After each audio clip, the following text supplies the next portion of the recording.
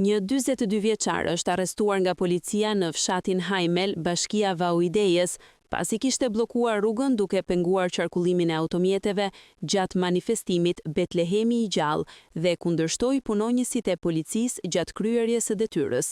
Shërbimet e policisë së forcave të posaçme Shqiponja ndërhyn menjëherë në vendngjarje, ku gjatë kontrollit fizik ndaj 42 vjeçarit u gjet dhe u sekuestrua një sasi lënde narkotike kanabis.